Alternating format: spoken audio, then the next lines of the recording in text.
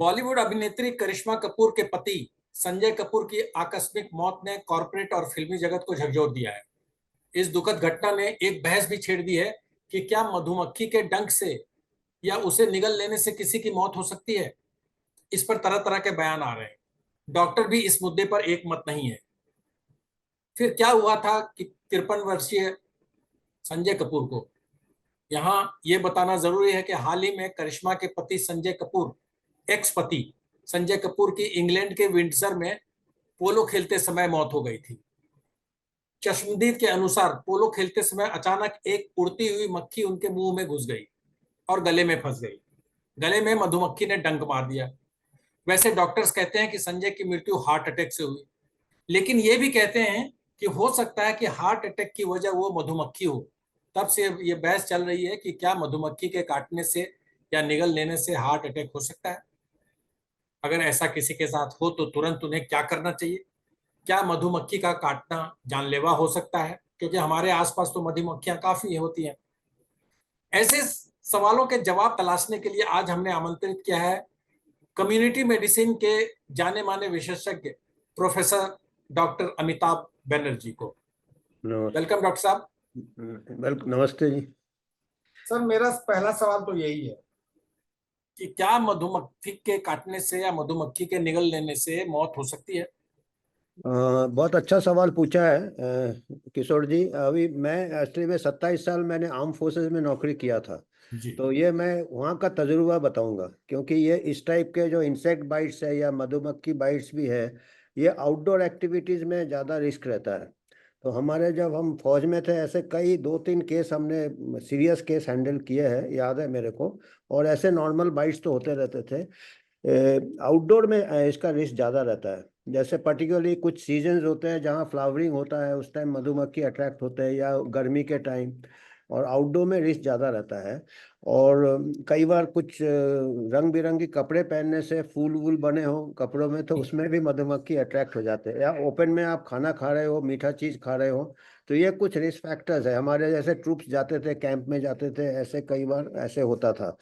और हम as a medical officer काफ़ी हैंडल किए हैं। और कई बार क्या होता है कि मधुमक्खी कोई भी इंसेक्ट बाइट करता है या मधुमक्खी बाइट करता है, तो वो उसके इंजेक्ट में, सलाइवा में या उसके इसमें एक प्रकार का फॉरेन प्रोटीन होता है। कोई भी फॉरेन प्रोटीन है, उससे रिएक्शन हो सकता है हमारे बॉडी को। तो ऐसे नॉर्मल पर्सन को भी मधुमक्खी बाइट का छोटा सा रिएक्शन हो सकता है, थोड़ा सूजन आ जाए, ऐसे धब्बे पड़ जाए स्किन में, क्योंकि कुछ आईजी एंटीबॉडी रिलीज होते हैं, हिस्टामिन रिलीज होते हैं, खुजली हो सकता है।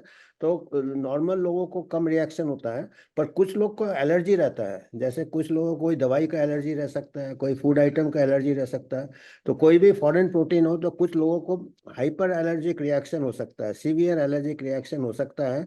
और वो कभी कभी जानलेवा भी हो सकता है। और ऐसा भी कई बार देखने में आया है कि पहली बार मधुमक्खी ने काटा है तो उसको थोड़ा सा रिएक्शन हुआ। अगर रिपीट बाइट होता है तो वो बॉडी हाइपर सेंसिटिव रिएक्शन में जा सकता है। और ये जानलेवा किस तरीके से हो सकता है कि अगर जिसको सीवियर एनाफिलैक्सिस होता है, सीवियर एनाफिलैक्सिस किसी भी कारण से, चाहे वो दवाई का रिएक्शन हो, किसी इंजेक्शन का रिएक्शन हो, किसी वैक्सीन का रिएक्शन हो, सीवियर एनाफिलैक्सिस जानलेवा हो सकता है। उसमें क्या पूरे बॉडी में होल बॉडी रिएक्शन हो सकता है, और उसमें क्या सांस अटक सकता है, फेंटिंग हो सकता है, सर्कुलेशन में ये हो सकता है। और जो हमारे फेफड़े होते हैं, उसके जो नलियाँ होती है, ब्रोंकियोल्स होते हैं, वो स्पैज़म में जा सकता है। तो सीवियर रेस्पिरेटरी डिस्ट्रेस हो सकता है। और ये एक मेडिकल इमरजेंसी है। हमने हमने आर्मी लाइफ में दो हैंडल। और हमारे जो भी मेडिकल कैजुअलिटी में हमेशा एनाफिलैक्सिस ट्रे तैयार रहता था। पूरा ट्रे रहता है एनाफिलैक्सिस का। उसमें इमरजेंसी ड्रग्स रहते हैं ऐसे रिएक्शन को ट्रीट करने के लिए। तो अगर 1 घंटे 2 घंटे के अंदर अगर इलाज नहीं करे तो जानलेवा हो सकता है। एंड उसमें हार्ट फेलियर भी हो सकता है, क्योंकि ओवरऑल सर्कुलेशन, रेस्पिरेशन, ऑक्सीजन नहीं जाएगा और उसको ब्लड हार्ट में नहीं जाएगा, तो वो हार्ट तो एंड में फेल करेगा। पर मेन प्रॉब्लम होता है सांस लेने में। तो रेस्पिरेटरी ऑक्सीजन की भी ज़रूरत हो सकती है। ऑक्सीजन की ज़रूरत होती है, इमरजेंसी इंजेक्शन एपिनेफ्रिन देना पड़ता है, और स्टीरॉयड्स भी देना पड़ सकता है। Steroids, epinephrine, oxygen and bronchodilators, ये 3 मेनस्टे है। और अगर medical aid within 1 hour मिल जाए या within half an hour, कई बार तो बहुत जल्दी रिएक्शन होता है, तो बहुत ये इमरजेंसी जानलेवा हो सकता है रेयर केसेस में। और हमने लकीली दोनों सोल्जर्स को बचा पाए थे आउटडोर कैंपिंग में। डॉक्टर साहब, आपने जो बताया बाइट के बारे में, क्या एक्सटर्नल बाइट से ये सारे खतरे हैं, या निगलने से वो खतरा ज्यादा हो जाता है इंटरनल बाइट हाँ। से? अगर ठीक से निगल ले तो शायद खतरा नहीं हो, क्योंकि वो डाइजेस्ट हो जाएगा। अगर हो सकता है गले में कहीं म्यूकोजा में बाइट किया हो, इंजेक्ट किया हो, तो वो ज़्यादा एब्जॉर्प्शन के ज़्यादा चांसेस रहते हैं, स्किन से भी ज़्यादा शायद नाजुक रहता होगा। अगर गले में, थ्रोट में अगर वो बाइट किया हो, तो हो सकता है बाइट, पर अगर ऐसे निगल लेगा तो हो सकता है शायद रिएक्शन कम हो, क्योंकि वो न्यूट्रलाइज हो जाएगा। तो मुझे लगता है, या और भी बहुत सारे लोगों को लगता है कि संजय कपूर, रेशमा कपूर के एक्स पति, जब वो पोलो खेल रहे थे विंडसर लंदन में, तो उस समय वो निगल गए थे, और शायद वो अंदर नहीं जाकर गले में फंस गया होगा, वहीं डंक किया होगा, जिसके कारण हाँ, हार्ट अटैक जैसा कि बताया जाता है। हो सकता है। जी। तो ये आपने जो बताया कि डंक करने से जो फेफड़ा को और ब्लड सर्कुलेशन को वेनम असर डालता वेनम है, लेवल। तो उनको अगर जल्दी केयर नहीं मिला, जल्दी वो नहीं पहुंच सके, तो इसीलिए ये सब प्रॉब्लम हो सकता है क्या? हाँ, हो सकता है। और अगर ये भी हो सकता है कि अगर वो एयरवे के पास ही है, तो वहाँ अगर स्वेलिंग हो जाएगा तो फिर जल्दी से सांस की नली में ब्लॉक हो सकता है।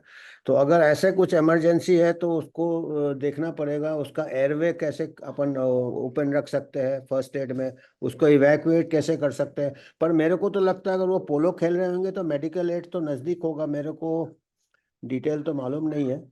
तो अगर मेडिकल एड नज़दीक नहीं, होगा। हो सकता है लोगों ने बहुत सीरियसली नहीं लिया हो, पहले ही खुद ही कोशिश नहीं, की होगी दूसरा कि। ऐसा भी हो सकता है कहीं चोक कर गए हो उसमें, कहीं ऐसे डायरेक्ट जैसे फॉरेन बॉडी अटक जाता है। तो हम्म। जब तक अपने पास पूरा डिटेल नहीं हो, पर ये कई पॉसिबिलिटीज है कि हो सकता है चोक कर गए हो या इस कर गए हो। तो सर, एक आखिरी सवाल है हमारे दर्शकों को, आप कृपया बताइए। हमारे आसपास तो हम लोग बाहर पार्क में घूमते हैं, कहीं जाते हैं, तो हमारे आसपास मधुमक्खियां बहुत होती हैं। अगर हम किसी के साथ ऐसा हो, तो अस्पताल पहुंचना या डॉक्टर के पहुंचने में काफी टाइम लग सकता है, पास में नहीं हो, तो ऐसे में क्या करना चाहिए? तुरंत क्या हमें करना चाहिए? हाँ, तुरंत तो एक तो मधुमक्खी जहाँ काटा है वहाँ पे कोल्ड कंप्रेस करना है, कोल्ड या अप्लाई करना चाहिए, आइस को कपड़े में लपेट के। कोल्ड कोल्ड इससे थोड़ा रिएक्शन कम हो जाता है, कोल्ड कंप्रेस। और अगर उसको सांस में अगर तकलीफ है तो he should go for immediate ये। पर अगर ऐसे थोड़े बहुत रिएक्शन है, कोल्ड या कुछ एंटी हिस्टामिक वगैरह, सिट्रीजिन वगैरह ले सकता है अगर रिएक्शन है तो। पर अगर उसको जैसे ही अगर सांस में कोई तकलीफ है और थोड़ा है तो they should seek medical aid. Because anaphylaxis में अगर जाता है तो उसको बहुत जानलेवा हो सकता है, अनप्रिडिक्टेबल हो सकता है। पर बाई एंड लार्ज क्या होते हैं, नहीं होते हैं इतने, by and large it may not go into severe. तो उसमें local cold application of ice और पेन किलर, और ऐसे जगह केयरफुल रहे जहाँ मधुमक्खियाँ के जाल है, या जो ऐसे पार्क है जहाँ पे जाल है, और उसको अवॉइड करें।